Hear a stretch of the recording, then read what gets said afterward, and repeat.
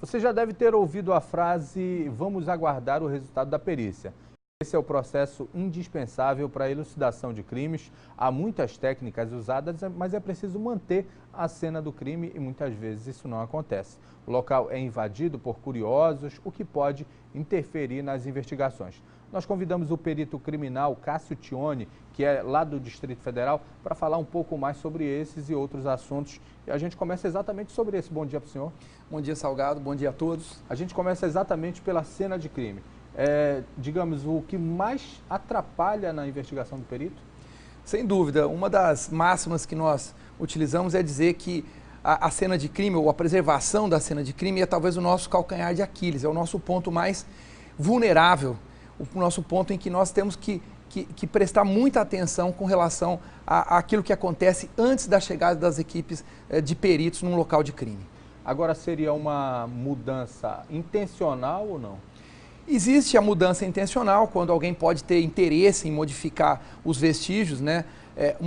Provavelmente para mudar o rumo das investigações. Existem também modificações naturais, como por exemplo uma precipitação atmosférica, uma chuva que caia sobre um local onde eu tenho uma mancha de sangue, como pode ser também um problema relacionado à atuação de equipes que comparecem naquela cena de crime antes da nossa chegada, nesse caso operadores de segurança pública.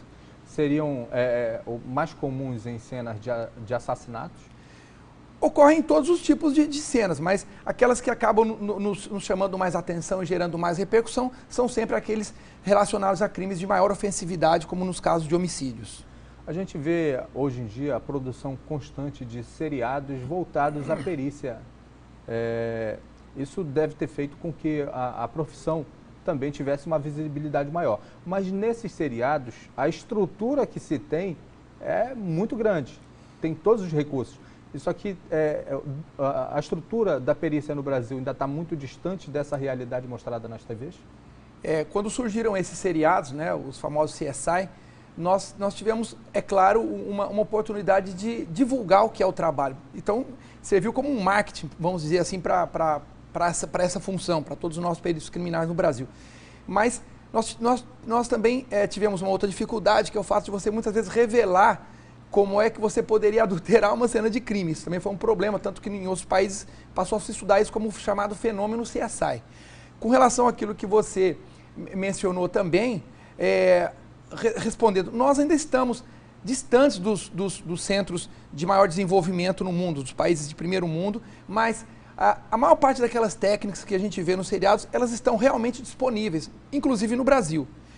O que eu diria que é um pouco ou muito diferente é a própria velocidade com que se produz um resultado.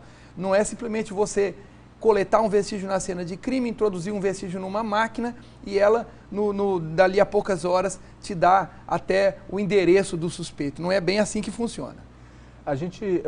Os peritos, eles analisam os vestígios psicológicos do local de crime, dos crimes. Como é que ocorre esse processo? Bom, você tocou num assunto bastante particular, vamos dizer assim. Eu recentemente produzi um trabalho que discutia exatamente a questão dos vestígios psicológicos. A questão do vestígio psicológico, ela depende muito da interpretação que você dá nos vestígios que são encontrados na cena de crime, tentando transformar algo que é por natureza material, mas que pela interpretação permite você deduzir mensagens ou refletir um pouco da personalidade daquela pessoa que foi o autor daquele crime. Isso não vai acontecer em todos os locais, obviamente, são aqueles crimes onde você vai ter, de alguma forma, essa manifestação por parte do autor. É também uma coisa de percepção, então, do profissional?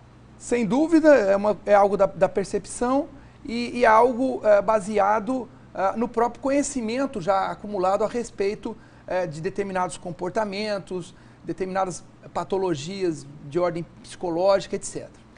Agora, tem também uma parte da perícia que analisa documentos, se eles são verdadeiros ou falsos, se a escrita numa carta de suicídio, por exemplo, é a da pessoa mesmo que cometeu o ato.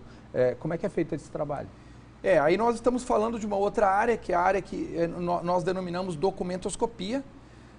Nós temos aí a questão importante que é a identificação dos documentos. Nós nos referimos àquilo que você disse como um documento verdadeiro, nós utilizamos a palavra autêntico. Então, ou ele é um documento autêntico ou ele é um documento falso. os documentos que têm o que nós chamamos de elementos de segurança, eles permitem a utilização desses elementos para a sua identificação e sua separação dentro daquele universo do que seria falso. Em relação às escritas, a escrita ela é considerada algo particular, cada um tem a sua. Então, se eu estiver analisando a sua escrita, por exemplo, e eu tiver de posse do que nós chamamos de um padrão da sua escrita, eu tenho condição de tentar identificar naquela escrita elementos que são particulares, que são exclusivamente seus e podem permitir que a sua escrita possa ser diferenciada em relação a qualquer uma outra que a gente pudesse analisar. Agora, Cássio, a sua vinda aqui no Amapá é para participar de um curso que é aberto aí para quem tem interesse de conhecer um pouco mais sobre a profissão, não é isso? Na verdade, nós vamos participar de cursos um pouco diferentes. Um deles é um curso de especialização, que é um curso mais longo, então nós estaremos aí, a minha participação será em 2 módulos, mas são módulos que são mensais. E aí nós vamos falar sobre local de crime, sobre criminalística, etc. E os outros cursos, esse primeiro ele é voltado para quem já tem um nível superior.